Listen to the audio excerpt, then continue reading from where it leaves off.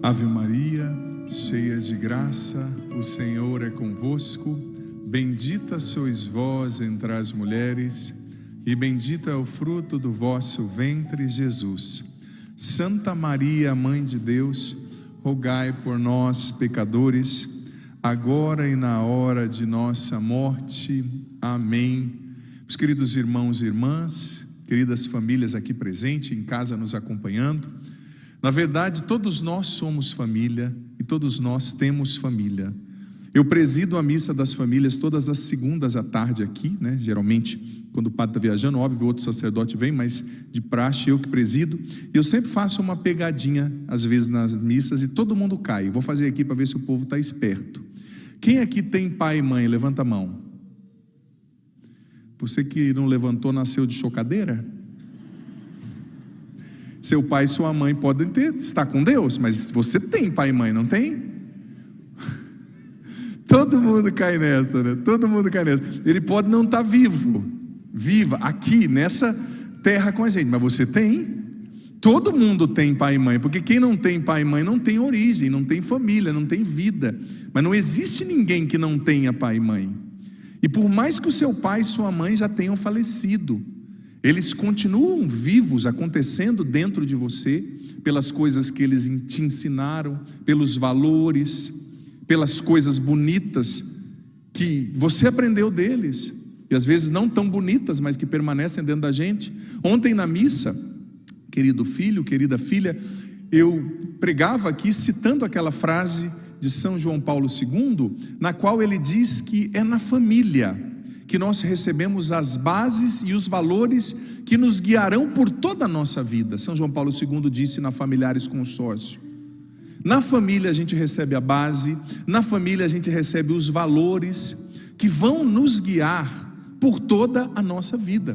E mesmo quando seu pai e sua mãe partem, eu percebo, nós que somos sacerdotes temos a oportunidade de ouvir muitas pessoas. Hoje mesmo eu passei a manhã inteira atendendo confissões, ouvindo pessoas, né?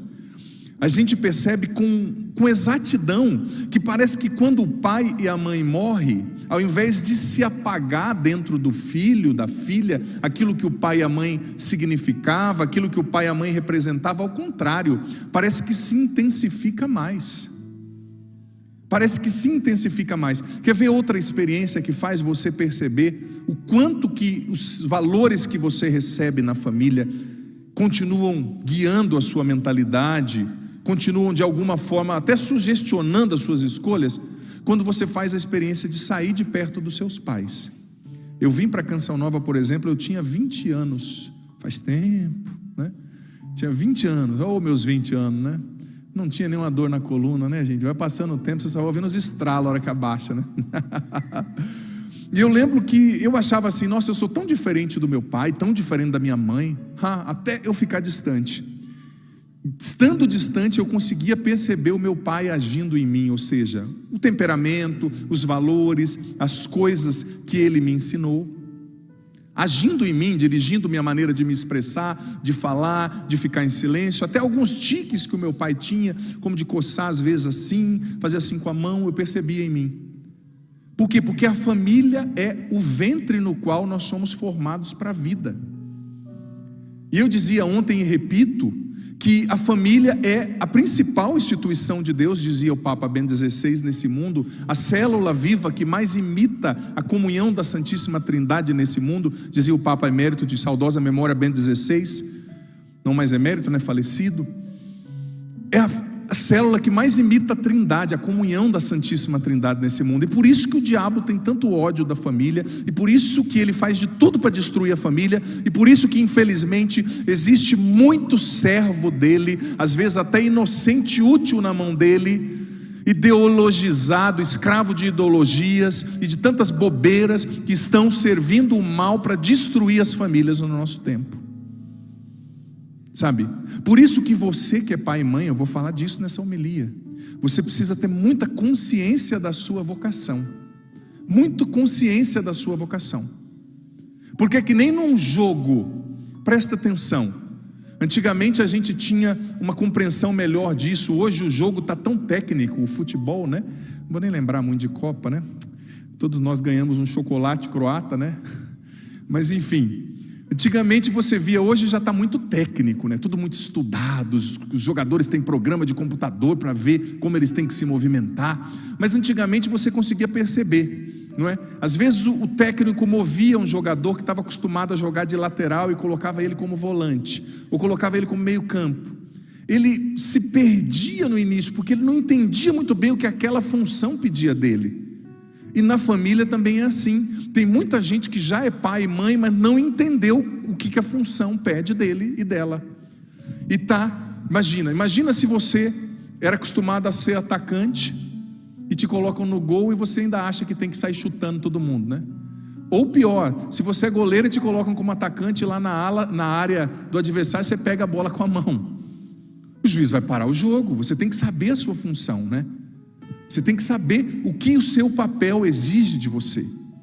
E você que é pai, você que é mãe, tendo em vista o que eu já falei aqui, que nos ensinaram os papas São João Paulo II e Bento XVI, você precisa saber que na família você é o grande transmissor de valores, o grande comunicador de legado, o grande formador de consciência. E as crianças, elas observam tudo que você faz, tudo. E você precisa ter consciência da sua função e do seu papel. Pois bem, hoje a igreja coloca diante de nós o evangelho das bodas de Caná. Esse evangelho que é fantástico, que tem como protagonistas, óbvio, Nossa Senhora e Jesus Cristo.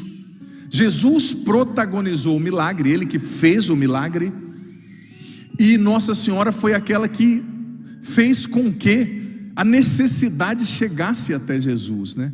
Porque essas pessoas, é que nem o assessor de um rei. Tem um texto de Santo Afonso Maria de Ligório que ele fala disso, que o rei pode ser poderoso, o rei pode ser bom, mas se não chega até o rei a necessidade da pessoa, a necessidade daquela família, a necessidade daquele povo, talvez o rei nem exerça ali a justiça ou ajude aquele povo, aquela pessoa, aquela família. E Santo Afonso falava disso para explicar o papel de Maria, porque ela é essa advogada que leva a necessidade àquele que pode resolver, ao Rei Todo-Poderoso que é Jesus. Ela levou a necessidade daquela família, daquele casal até Jesus. Qual que era a necessidade? O embaraço que eles viveriam na festa por causa de vinho. Você acha que brasileiro que gosta de festa, né? A gente tem mania, muita gente fala que o Brasil fecha no Natal e abre no Carnaval, né? Eu acho que não é tão verdade, tem minhas dúvidas às vezes, enfim. Mas as nossas festas de casamento, lembra a última festa de casamento que a senhora foi, por exemplo? Se embodocou toda, esticou esse cabelo, colocou aquele roupa, na hora de tirar foto ficava murchando a barriga assim, quase tinha um aneurisma cerebral se demorasse para tirar a foto, ia faltar oxigênio no cérebro, tirou foto de lado fazendo assim com a perninha, né? Você acha que a gente não percebe? Os padres também veem essas coisas, tá? Né? Para ficar mais magra, para ficar com a coxa daquele jeito. Lembra? Você foi lá no casamento, né? Curtiu ali o casamento, se enfeitou, tirou um monte de foto e acabou, um dia. Mas naquela época se celebrava durante 7 dias e 7 noites. E o problema deles, eu sei, talvez você tenha até ouvido já falar disso, o problema desse casal, ele não era pequeno. O fato de faltar vinho não era pequeno, porque naquela época, veja bem, viajava, a família, os amigos viajavam de longe para participar da festa. E eles esperavam que tivesse vinho, porque vinho para a cultura judaica e para a Bíblia é sinônimo de alegria, é um símbolo que expressa alegria. Você sabia que se acabasse o vinho no meio da festa, aquelas cidades eram pequenas, todo mundo conhecia todo mundo. Gente, as pessoas nunca mais esqueceriam daquilo, nunca mais. Aquele casal ia ficar marcado para sempre. O casal que se planejou mal, o menino já chamou a menina para casar, já não tem dinheiro nem para bancar a festa, e começa a língua ferina do povo, que você sabe que funciona, né? Coça. E você sabia que, estudando esses dias atrás, eu descobri que pela cultura legislativa da época, eles poderiam receber até um processo e ter que pagar uma multa por ter chamado o povo para a festa e ter acabado o vinho. Você tem noção? Era outro mundo, era outra cultura. Então, Nossa Senhora, ninguém falou nada para Nossa Senhora. Ela, como mãe boa, percebeu, está faltando vinho. Esse casal está perdido. Como é que vai ser o futuro desse casal, porque naquela cultura representava que eles iam viver sem alegria, faltou o vinho. Representava que nem eles, nem a família programaram esse momento, que o casamento já começou errado. Então Nossa Senhora, como uma mãe boa, ela percebeu o que estava faltando. Ela percebeu o que estava acontecendo. E ela levou àquele que podia resolver, que era Jesus. Esse é o papel de Nossa Senhora. Não tenha medo de amar Nossa Senhora, de confiar em Maria, porque ela é aquela que leva as nossas necessidades até Jesus. Esse casamento, né? E é interessante que Jesus respondeu para Nossa Senhora num primeiro momento: olha, mãe, minha hora ainda não chegou, né? O original do grego queria dizer o seguinte: mulher, o que há entre mim e ti, né? Ego remó, eu não me recordo o restante da frase, né? Mas queria dizer isso: o que há entre mim e ti, mulher? Minha hora ainda não chegou. Mas Nossa Senhora sabia que Jesus, ela conhecia o coração do seu filho, né? Ela sabia que ele ia atender, que ele ia salvar aquela família daquele desespero, daquela vergonha pública. E passou um tempinho, Jesus, mesmo tendo dito que não era a hora dele agir, ele fez o milagre. E que milagre, né? Veja bem, ele transformou em algo, ele deu cor a algo que não tinha cor. A molécula da água e a molécula do vinho é diferente. Ele deu sabor a algo que não tinha sabor, transformou a água em vinho, com o sabor do vinho. Ele deu cheiro a algo que não tinha cheiro. Ele deu textura a algo que era sem vida. A água, ela não é nada. Claro que ela tem uma função muito importante, mas ela não é nada em si. Ele tirou o tudo do nada para mostrar, em primeiro lugar, que ele se importa com as nossas famílias e que não há situação que ele não possa mudar. Ele deu cheiro ao que não tinha cheiro, deu sabor ao que não tinha sabor, deu cor ao que não tinha cor. Sabe, deu vida ao que não tinha vida. Ele pode mudar todas as coisas na minha, na sua, na nossa família. Mas me encanta a postura, gente, de Nossa Senhora. E me encanta a postura das mães também, né? Se tiver alguma mãe aqui, os cinegrafistas com criança pequena vão filmar aí, para quem está em casa ver. Esses dias eu estava na casa dos meus pais, e claro que a gente sabe algumas coisas, né, gente? Mas uma coisa é saber e outra coisa é você ver acontecendo, né? Eu estou com uma sobrinha bem pequenininha, está com 1 ano e 4 meses, acho, uma gracinha. Só que a gente sabe, né? Só que quem não tem filho, nós homens, eu vou confessar a mulher, a gente é meio passado em algumas coisas, né? A hora que o filho nasce, que vê chorando, que o pai cai a ficha, né? Nossa, é meu, né? Que acontece tudo dentro da mulher, né? Mas dá um desespero, por exemplo, eu vou confessar, não falei nem para minha irmã, mas agora se ela estiver assistindo, ela vai saber publicamente, né? A hora que a menina começa a chorar demais assim, porque pode ser muita coisa. Pode ser cólica, pode ser fome, pode ser frio, pode ser dor de cabeça, pode ser revolta porque o Brasil perdeu a Copa, pode ser muita coisa. Mas como é que você vai saber? A criança não fala. O único recurso de comunicação da criança é o choro, né? Como é que você que é mãe adivinha? Como é que essas mulheradas conseguem, homens? Olha aqui para mim. A minha irmã, dependendo do choro, ela sabe, é fome. Mas Deus só pensando, mas quem falou que é fome? Essa mulher está louca? Vai lá dar mamar, ela para. Outro choro, ah não, é isso. Outro choro, aí quando o choro é muito intenso, vamos no médico, vamos buscar ajuda. Mas a mãe percebe que tem alguma coisa errada. É interessante essa sensibilidade da mãe e a intimidade da mulher com a sua criança, né? É algo lindo. Por isso que a Bíblia diz que o amor materno da mulher para com o filho, né? É o amor humano que mais se assemelha ao amor de Deus, né? Porque veja bem, Nossa Senhora é como essa mãe que ouve e interpreta o nosso choro quando a gente não é capaz de falar. Porque às vezes a dor é tão grande, gente, numa depressão, na morte de alguém, quando um sonho que você tinha não acontece, a dor é tão grande que a gente não consegue expressar. Mas Nossa Senhora é essa mãe que, como a minha irmã olhando a Clara, interpreta o choro e fala, agora ela quer isso. Na primeira vez que ela quis chorar, minha irmã até falou, fica aqui um pouquinho. Não, estão me ligando ali. Desespero, não sei o que a menina quer. Claro que se eu ficasse mais perto, talvez eu descobriria, mas igual mãe é difícil, né? Porque saiu de dentro, né? Maria tem essa ligação com você. Porque todo batizado foi gerado no ventre de Maria para a fé, né? E olha, não obstante todos esses detalhes do Evangelho, eu poderia trazer muitos mais, né? Até do ponto de vista teológico, mas não é o propósito aqui. É uma reflexão sobre a realidade da família. Você sabe que hoje, preparando essa homilia, eu comecei a refletir sobre a seguinte realidade. Presta atenção. O Evangelho é sempre vivo. A palavra de Deus é sempre viva. Sim ou não? A palavra de Deus é sempre atual. Sim ou não? E lendo esse Evangelho, eu me fiz a seguinte pergunta: quem sou eu nesse Evangelho? Quem é você nesse Evangelho? Trazendo para a realidade da sua família. O contexto aqui é reflexão sobre família. Quem é você nesse Evangelho?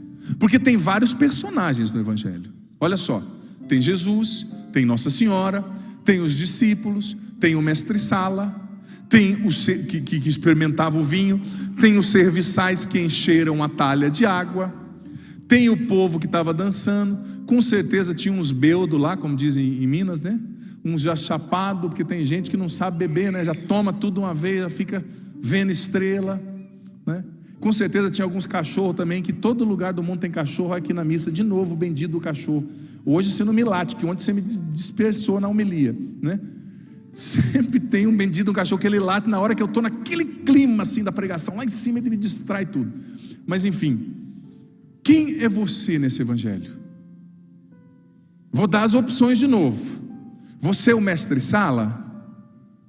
Você é Nossa Senhora? Você é os discípulos? Você é o povo? Você é os os serviçais ali que encheram as talhas de água? 5 opções.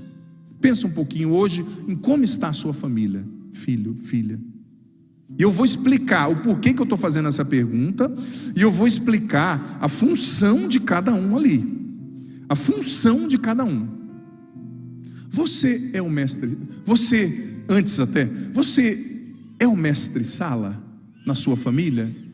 Porque vamos prestar atenção. Quem aqui já foi numa festa bonita, uma festa de 15 anos, por exemplo? Levanta a mão. Quem aqui já foi num casamento bom? Levanta a mão. Eu já fui numa festa de casamento fantástica. Eu me recordo até hoje. Meu primeiro casamento, padre novo, né? O pai da noiva tinha morrido e o do noivo não. Aí eu olhei para o noivo e falei: eu quero rezar pela memória do seu pai. Aí o pai dele do lado: não, estou aqui, padre, não me mata, né? Inesquecível. Padre novo tem dessas coisas. Os irmãos já devem ter passado por isso, né? Matei o pai errado. Aí a noiva com aquele sorrisinho discreto: é meu pai. Ai, Jesus, está filmando? Ela tá. Eu falei: então já era. Né? Nunca, toda vez que a família me vê, eles falam: oi, padre, meu pai ainda está vivo, tá? Mandou lembrança, o menino fala, né? Mas enfim, você já foi num casamento? Geralmente, hoje em dia, os nomes são mais chiques, né? Não é mais a mestre-sala, é o promoter. Tem o promoter do casamento, né? Nome chique é tudo a mesma coisa, viu, gente? Só muda o nome. É quem ganha mais para fazer a galera trabalhar. E o que o mestre-sala, o promoter, o coordenador de eventos ali do buffet faz? Ele está no WhatsApp? Ele está fazendo live? Olha, estou aqui na festa hoje. Não. Ele está atento a tudo. Eu tenho amigos que trabalham com buffet. Essa pessoa é a última que come. Ele está sempre aqui: olha, libera mais salgado ali para aquelas mesas da direita. Olha lá, a mesa da família do noivo. Não, manda mais vinho para eles. Olha, aquela lá é a mesa das autoridades. Talvez tenha autoridades que foram convidadas, o prefeito. Manda lá um salgadinho especial. Olha, está na hora do bolo. Olha, deu um problema lá na cozinha, faltou uma matéria-prima lá para fazer o macarrão. Corre lá e compra, pelo amor de Deus. É o coordenador. Mas onde que esse bendito desse mestre-sala estava, que ele não viu que acabou o vinho, que teve que Nossa Senhora resolver o problema? E ele estava tão voado que a hora que ele tomou o vinho, ele não sabia o que tinha acontecido. Uai, mas você escondeu o vinho bom até agora? Pateta. Isso é um pateta, é um banana. Ele não foi contratado para cuidar de tudo? É um banana. Na hora que ele experimentou o vinho, ainda ele não sabia o que tinha acontecido. Com certeza os serviçais estavam rindo, falando: esse homem é um banana, ganha o dobro de mim e não sabe nem o que aconteceu. Foi contratado para isso, nem sabia que o vinho tinha acabado, nem sabia que Jesus transformou água em vinho, e no final experimenta dando um de bom e falando: esse é o vinho melhor. Se ele tivesse participado do processo, o Evangelho não o colocaria com essa surpresa: olha, o vinho é bom. Não. Ele: opa, aquele homem lá é Deus, ele fez um milagre. Mas ele não sabia. Você é o mestre-sala na sua família? Porque o mestre-sala, veja bem, Ele reflete a postura de muito casal e de muita família acomodada e cozida na preguiça. Me perdoe, eu tenho visto muita família e casamento indo por ralo, porque o homem ou a mulher é cozido na preguiça, é acomodado, não assume a casa, não assume o filho, e espera que tudo caia do céu. Esse mestre-sala esperava que alguém viesse resolver o problema que era dele, e Nossa Senhora, graças a Deus, estava lá, mas ele devia estar no comando. E esse mestre-sala, tem muita gente que na sua família tem uma postura de mestre-sala, ou seja, não assume material e espiritualmente a família, a casa, a educação dos filhos. Tem gente que mora numa família e parece que é hóspede, parece que é estrangeiro na própria casa, sabe? Você sabia que cuidar da casa, esses dias eu ouvi um texto muito bonito de um doutor da igreja que falava da espiritualidade do apossar-se, né? Do assumir. Quando você casa, você tem que assumir a sua casa, você tem que tomar posse da sua casa, você tem que tomar posse dos seus filhos, você tem que tomar posse da sua missão de pai, sua missão de mãe. Você tem que colocar limite, você tem que estar na vanguarda espiritual, vendo o que entra na sua casa, o que entra na educação dos seus filhos. Agora você manda muitas vezes, me perdoe, os filhos para a escola, e tem lá uma educação anticristã, antifamília, e você nem se pergunta o que o seu filho está aprendendo na escola. O pai e a mãe não pode ser um mestre-sala, ele tem que acompanhar de perto. E São João Paulo II, na página 236, do seu compêndio sobre a catequese das teologias, as catequeses sobre a teologia do corpo, ele ensina o seguinte: que o cuidar da casa é uma espiritualidade conjugal, faz parte da conjugalidade. Não é só a mulher que tem que cuidar da casa, o marido também tem que tomar posse, bater o pé e falar: essa casa é minha. Você tem que ajudar a sua esposa a cuidar das roupas, viu? Por que não? Eu sei que passar roupa é uma coisa do mal, né? Sobretudo quando você tem o meu tamanho, aquelas tabuinhas assim, né? Lá na minha casa, da minha mãe, a mesma tábua é pequena, a pia é pequena, mas também se minha mãe colocar a pia no meu tamanho, ela não lava mais louça, né? Eu sei que é do mal. E louça é uma coisa do inferno, porque você lava uma panela, parece 5, dá uma raiva. Eu estou mentindo? Você acha que é só você que passa por isso? Eu sou padre, mas em casa também tem panela. Deve ser o cão que coloca um prato sujo lá. Gente, eu acabo de lavar, eu viro as costas, tem prato e xícara lá. Deve ser algum espírito escondido atrás da porta. Que raiva. Estou mentindo? Mas você tem que assumir a sua casa. Olha, eu digo para você, quantas mulheres eu tenho escutado, eu digo para você, eu não estou inventando, eu escuto isso, é o meu dia a dia, eu sou padre, que estão esgotadas, arrebentadas, porque casou com um filho, um marmanjo que é um banana, que não ajuda em nada dentro de casa, que não assumiu a casa, que não troca uma lâmpada, e ainda se acha. É claro que não tem ninguém assim aqui,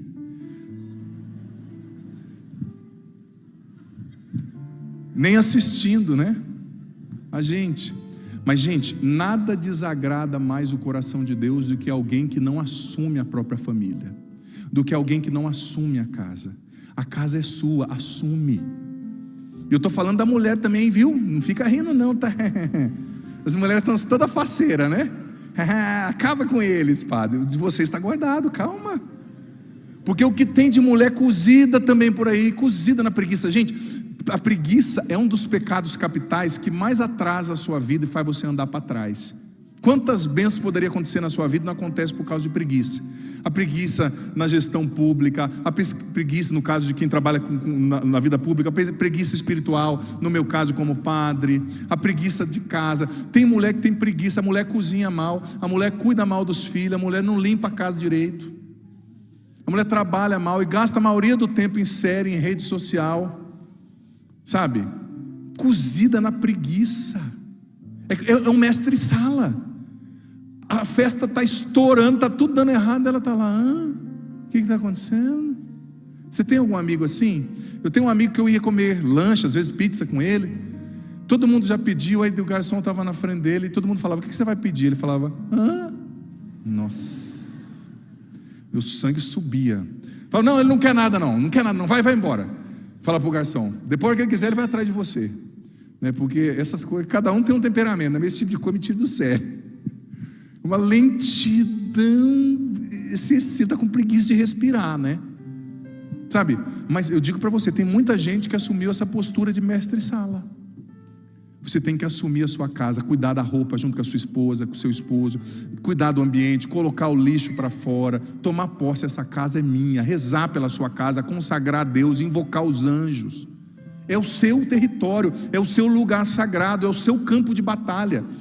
E assumir os seus filhos, educar os seus filhos, dá trabalho, mas eu digo para você, não educar vai te dar 15 vezes mais trabalho no futuro. Quanto pai e mãe, me perdoe com sinceridade, com preguiça de educar, delegando para quem aparece. Quem chega, vem o tio, leva, vem a avó, leva, vem o vizinho, leva. O filho é teu, minha filha, balança, né? Com todo o carinho. Você precisa de um refrigério, claro, de vez em quando, mas o grosso da educação é seu, filho. Não pode ser um mestre-sala. Agora, a segunda postura: quem é você na sua família? Você é o mestre-sala ou você é os serviçais que encheram as talhas? Gente, eu sou apaixonado pelo serviço desses homens, porque veja bem, Jesus fez o milagre, mas ele quis precisar desses servos que foram encher as talhas. O milagre não aconteceria se não fosse a disposição desses homens que encheram as talhas. E eu vou dizer para ti, olha, o cinegrafista me segue por gentileza. A talha, por incrível que pareça, ela não era um baldinho, era um negócio de pedra maior que isso aqui, que cabia 100 litros de água. 100 litros de água, você tem noção do que é isso? Algumas chegariam a 120, mas o evangelho diz que essa talha cabia 100 litros de água, um negócio de pedra, uma superfície de pedra. Então esses homens, não foi fácil encher o milagre, não foi fácil encher a talha. E eram 6 que transformou-se em vinho, 600 litros de vinho. Eu fiz uma pesquisa hoje só por curiosidade. Sabe quando pesa 100 litros de vinho? 160 quilos. Fora a pedra, o peso da pedra. Cada talha, contando o peso da pedra, devia ter de 180 a 190 quilos, se não 200. Imagina a coluna desses homens para levar a talha. Mas eu sou fã desses homens, porque se não fosse eles, o milagre não tinha acontecido.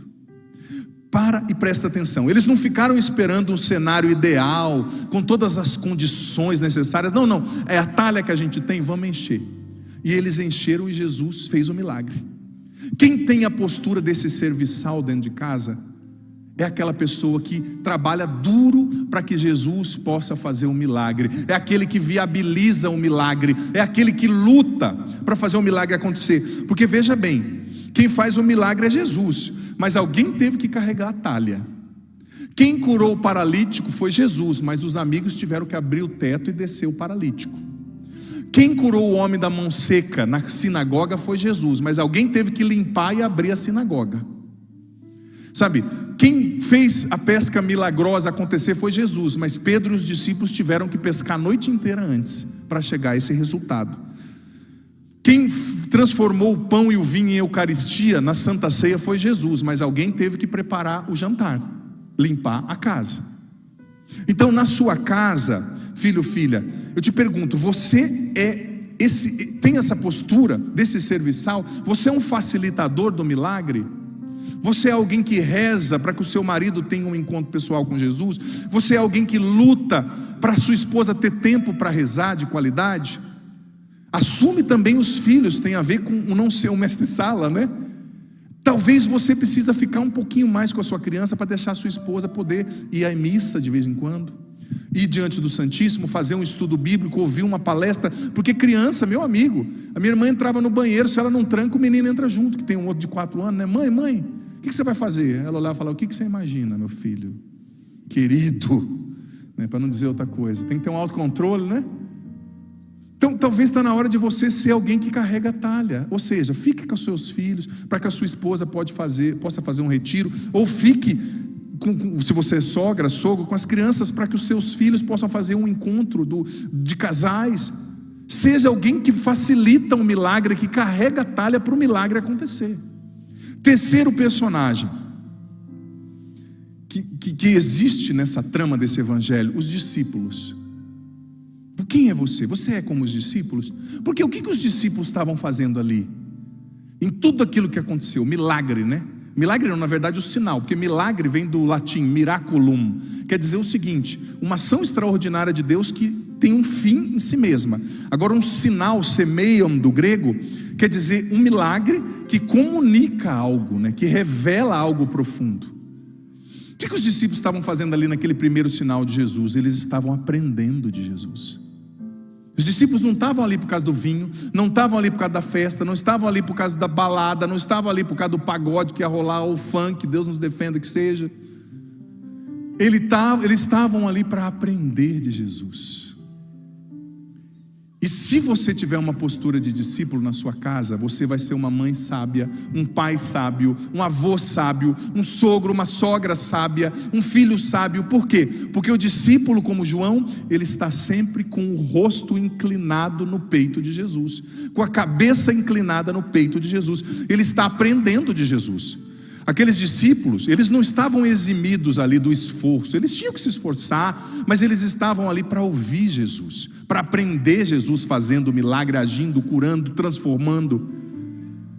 Se você tem a postura dos discípulos na sua casa, você vai ser alguém que reza antes de falar, antes de corrigir, antes de ter aquela conversa séria com o marido, com a esposa, com o filho, com o pai, com o sogro, com a sogra. Você vai ser alguém que busca direção em Deus. Agora veja só, você pode ser também alguém, um grupo ali dentro dessa narrativa do Evangelho, que no meu ponto de vista teve a pior das posturas. Qual é esse grupo? O restante do povo, todos que estavam no casamento. Porque você sabe o que aconteceu? Ou melhor, o que não aconteceu? Já falei de 3, já falei do mestre-sala, que representa aquele que não assume nada. Já falei dos serviçais, que representa aqueles que viabilizam um milagre para que Jesus transforme a família, cure a família. Já falei dos discípulos que estavam ali para aprender do mestre, que estavam junto com ele, sendo formados, ouvindo e agindo, inspirados por ele. Agora o quarto grupo, são 5, representa aquele restante do povo que estava ali. Por quê? Porque a maioria das pessoas nem sequer ficou sabendo do que aconteceu. A maioria das pessoas nem soube o que aconteceu. Para eles, muitos já estavam bêbados nessa altura, né? Já viu gente, bêbado fica sensível, né? Ele começa a contar. Nossa, bêbado quando vê padre é complicado. Começa a contar as coisas, a experiência espiritual que tem, né? Começa a abrir o coração. Seu padre, eu vou falar para o senhor, eu sei que eu sou pecador, mas Deus me ama, né? Claro, filho, claro que ama. Nossa, para você sair é difícil, né? Já estava chapado, mas a maioria não soube o que aconteceu. Você tem noção do que é isso? Você está numa festa onde o Filho de Deus, feito homem, faz o primeiro milagre dele, sinal dele na história, onde ele começa o ministério dele, e você simplesmente nem fica sabendo, nem vê. Para muitas pessoas foi simplesmente mais uma festa de casamento, mais uma festa. Quem soube o que aconteceu foram os discípulos, Nossa Senhora e os serviçais. A maioria nem queria saber. Por quê? Porque eles estavam entorpecidos pela busca de prazer, pela bebida, pela distração. Essa postura representa muita gente que passa a vida inteira entorpecida pelo prazer e pelas distrações, e que dentro da família, dentro da casa, nem percebe o que Deus está fazendo, nem percebe o que Deus está lhe ensinando em cada situação. Você sabia que é uma postura assim que desanima muitas vezes a gente na família? Por quê? Porque a gente fica cego. Deus está fazendo milagres, Deus está concedendo livramentos, Deus está derramando bênçãos, e a pessoa cega não consegue perceber, não consegue ver o que Deus está fazendo. Por quê? Porque está que nem aquele grupo dos entorpecidos pela música, pela bebida, pela agitação da festa, nem percebeu. Deus estava ali fazendo milagres, eles não viram. Muita gente desanima, gente, porque não percebe o milagre de cada dia, não percebe o agir poderoso de Deus no ordinário, no simples, governando cada situação, e fica buscando uma resposta sobrenatural. Ai, Deus tem que se manifestar. Filho, Deus já está se manifestando na sua vida, Deus já está se manifestando. E uma das piores coisas que existe, dizia São João da Cruz, é a cegueira espiritual. Porque eu digo para você, em tudo que você está vivendo na sua família hoje, você aqui, você em casa, Deus está agindo. Em tudo. Só que essa cegueira, essa indiferença, como a daquele povo que estava na festa, que nem percebeu o que estava acontecendo, desanima a gente. Por quê? Porque a gente vai acreditando, eu estou sozinho, Deus não vê o que eu estou vivendo.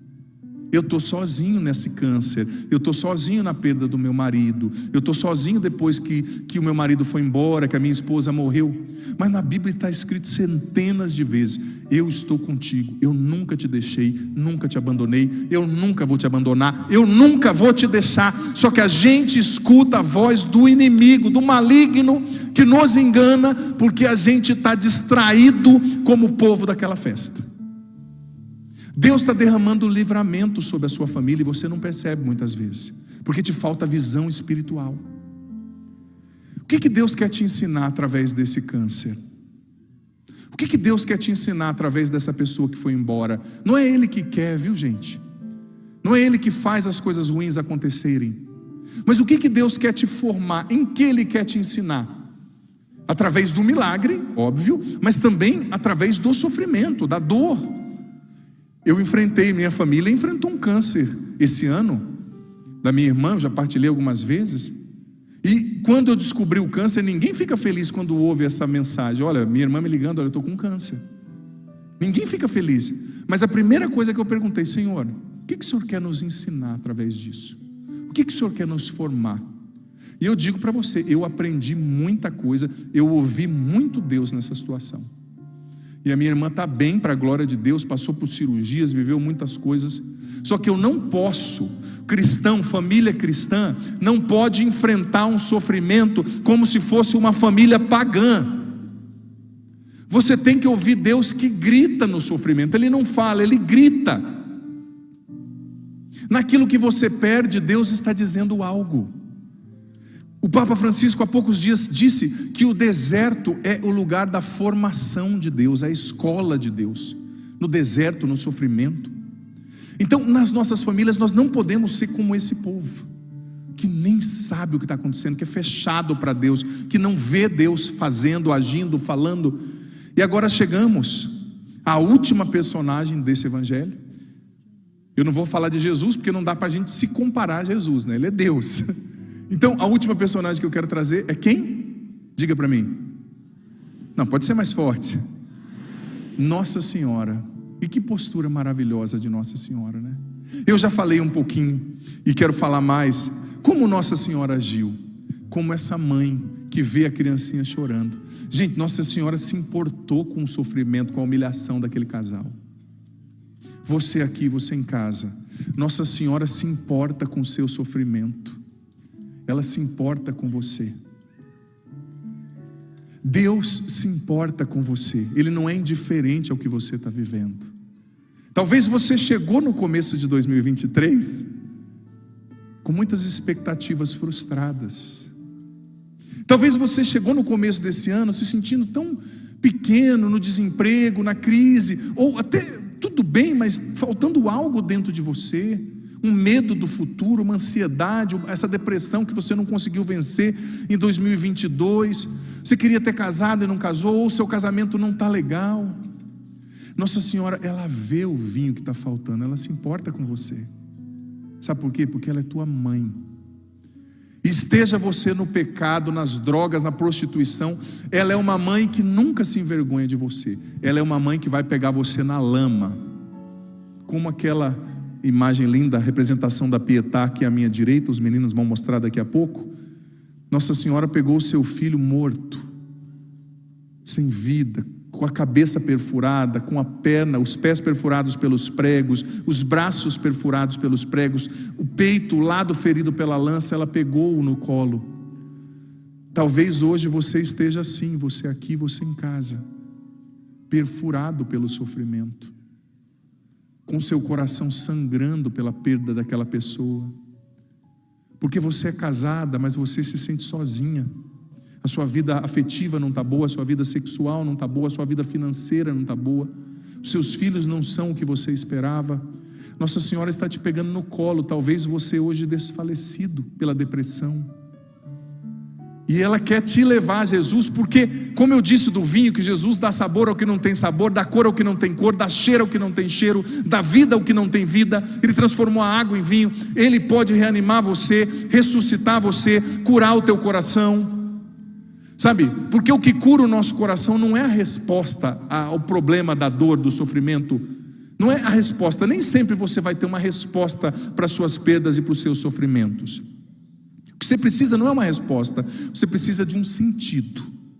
O sentido para a sua cruz, o sentido para o seu sofrimento. E é isso que Nossa Senhora te dá. Ela vê o vinho que está faltando na sua vida, e ela chega diante de Jesus e diz: filho, a Márcia não tem mais vinho, a Maria não tem mais vinho, o José não tem mais vinho.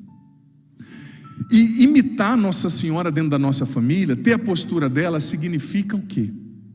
Ser uma pessoa de intercessão. Porque veja bem, o que ela fez? Ela rezou, ela falou com Deus, ela falou com quem podia resolver. Tem tanta gente que fala assim: padre, reza pelo meu filho. Primeira pergunta que eu faço: você está rezando? Porque pode ser a postura do mestre Sala, né? Vem e reza para o meu filho, padre, reza para o meu marido, resolve o problema da minha casa. Não, eu vou te ajudar, mas o problema é seu, a família é sua, assume, toma posse. Você está rezando pelo seu filho? Ai, estou. Como? Eu penso. Não tem que pensar, você tem que pegar e colocar o seu joelho no chão. Você tem que acordar cedo e fazer o rosário, tem que acordar de madrugada, você tem que visitar o Santíssimo, você tem que fazer propósitos de oração, você tem que... O poder da intercessão. Sabe, a gente esquece muitas vezes que no mundo espiritual, para a gente conquistar determinadas graças, a libertação de um filho, a conversão de um marido, a cura de uma enfermidade, a gente precisa primeiro enfrentar, filho, filha, uma batalha espiritual. Você precisa permanecer na trincheira. Você não consegue uma vitória sem uma batalha espiritual. Nossa Senhora nos ensina o poder da intercessão, sabe? Ela foi uma mulher que mudou o mundo através da sua oração. Porque veja bem, Jesus disse para ela: não é a hora de eu agir. Deus disse: não é agora, eu não vou fazer. Mas uma mulher conseguiu mudar a cabeça de Deus. Marido, cuidado. Olha o que essa mulherada é capaz de fazer. Assim como a rainha Esther, assim como a mulher cananeia do Evangelho, uma mulher piedosa e orante é capaz de mudar o desígnio de Deus para a história. Eu escrevi isso no meu livro A Cura da Alma Feminina, que eu lancei em 2018, um livro de cura interior, de formação específico para as mulheres. Que a mulher é capaz de mudar o rumo da história. E eu vou dizer uma coisa para você: se você olhar nas missas, sempre tem 80% quase da assembleia mulher. Hoje talvez um pouco menos, porque alguns maridos vieram acompanhar, por se tratar de um encontro de casais, de famílias, né? Mas as mulheres, elas receberam de Deus o dom de uma espiritualidade, da intuição, de uma intimidade maior com Deus. E elas têm o poder de mover o céu com a sua oração. A mulher recebeu de Deus o dom da intercessão. É só você olhar na Bíblia. Você olha, como eu disse, para a rainha Esther, você olha para Ruth, você olha para Nossa Senhora, você olha para o Evangelho de hoje, sabe? E nós precisamos entender que nós precisamos muitas vezes na nossa casa ter a postura de Maria, a postura da oração, a postura da intercessão. Porque eu digo para você, você não vai conseguir mudar aquela pessoa na pancada. Você não vai conseguir trazer o seu filho para a igreja na pancada. É pela força da oração, é pelo poder do Espírito Santo e não pela violência. Você não vai conseguir por você mesmo. Eu digo para você, quando você está de pé, lutando, você se cansa e pode cair com a cara no chão. Mas quando você se ajoelha, Deus se levanta e começa a combater por você. E aí a vitória é certa no nome de Jesus. A vitória é certa. As batalhas mais fortes, a gente precisa lutar com o joelho no chão, como Nossa Senhora. Nossa Senhora, se fosse outra mulher, talvez tinha feito um escândalo. Meu Deus do céu, acabou o vinho. Nossa, não tem vinho. Estamos perdidos.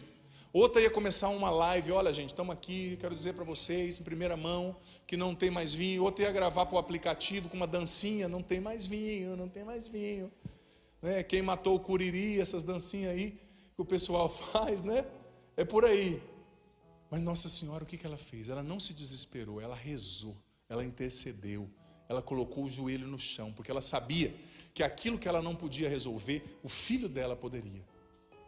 O impossível para você e para mim não é impossível para Deus.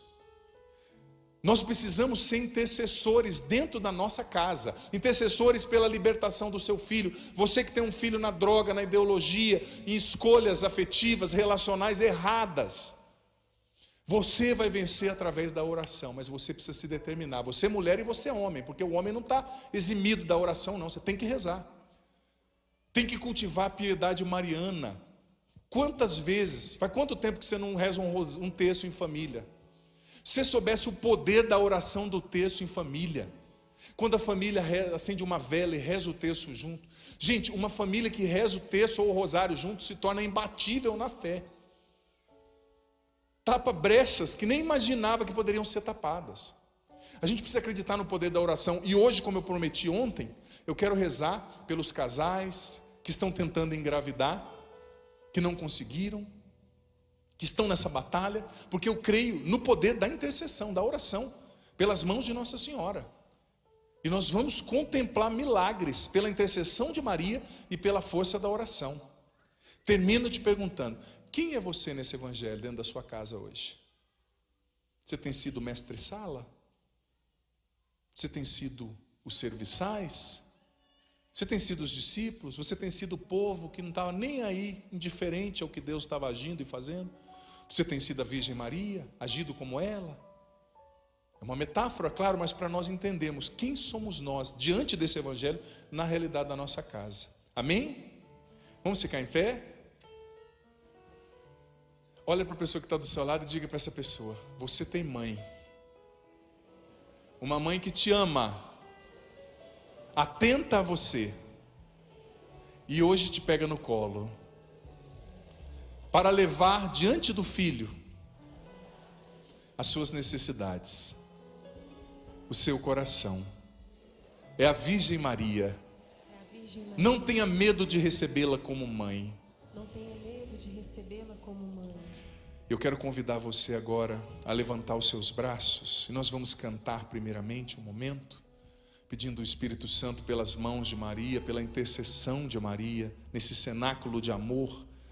E depois nós vamos rezar, pedindo ao Senhor que nos dê a graça de não sermos mais mestre-sala, acomodado, preguiçoso dentro de casa. Que o Senhor nos dê a graça de não sermos mais espectadores, cegos, indiferentes, como aquele povo da festa, mas que Ele nos coloque na postura ativa, de intercessão, de viabilização do milagre como serviçais, de aprender do Senhor como os discípulos. Com os braços erguidos, filho, filha, cantemos. Reunidos aqui num cenáculo de amor, num cenáculo de amor, pedimos força pela mão de Maria. pedimos forças pelas mãos de Maria. Ela conhece bem todos os seus queridos todos filhos, seus queridos filhos, e não deixará faltar, creia, e não deixará faltar para nós seu auxílio. para nós seu auxílio. Levanta os braços e canta do fundo da alma. Vem Espírito Santo, vinde. Vinde Espírito Santo, vinde. Por meio da poderosa Por intercessão meio da poderosa intercessão do Imaculado Coração do de Maria. Imaculado Coração de Maria. Vossa amadíssima esposa. Vossa amadíssima esposa. Canta forte. Vinde Espírito Santo, vinde. Por meio da poderosa intercessão do Imaculado Coração de Maria, vossa amadíssima esposa, vossa amadíssima esposa. Uma vez mais esse refrão, solta a voz, vinde Espírito Santo, vinde, cante. Vinde Espírito Santo, por meio da poderosa intercessão. por meio da O Imaculado Coração de Maria. Vossa amadíssima esposa, cante. Força. Vinde Espírito Santo, vinde, por meio da poderosa intercessão do Imaculado Coração de Maria, vossa amadíssima esposa, vossa amadíssima esposa. E com seus braços erguidos, se você ora no Espírito, junto com os músicos, vai soltando a sua voz. Filho, filha, solta a sua voz sem medo. Você aqui, você em casa, deixa o Espírito Santo rezar em você. Essa é a oração através da qual o Espírito Santo vai rezando em nós, vai nos edificando. Eu te peço agora, Senhor, por intercessão do Imaculado Coração de Maria, Pai, no nome de Jesus, batiza-nos agora no Teu Espírito. Batiza-nos, Espírito Santo, aqui em casa. Vem tirar do nosso coração, Espírito Santo, a acomodação, a letargia, a preguiça, Espírito Santo. Dá-nos a graça de assumirmos a nossa casa, a nossa família, de tomarmos posse dos filhos, da educação dos filhos. Dá-me a graça de tomarmos posse daquilo que o Senhor nos confiou como vocação, como missão. Que nós não sejamos preguiçosos, distraídos, indiferentes à nossa vocação, à nossa missão. Vem, Espírito Santo, nos batizar, vem batizar quem está em casa, vem curar o nosso coração, vem nos libertar, Espírito Santo. Liberta e cura as nossas famílias em nome de Jesus. Vem nos dar o dom da intercessão, que nós sejamos como Maria dentro de casa. Vem nos dar a disposição para servir os milagres do Rei Jesus, como os serviçais o fizeram nas bodas de Caná. Vem nos dar a disposição de aprender do Senhor, de sermos formados por Ele como os discípulos. Vem, Espírito Santo, nos liberta da cegueira espiritual, que não nos deixa perceber os dons de Deus, os livramentos, as graças, o que Deus está fazendo, nos ensinando no ordinário da vida.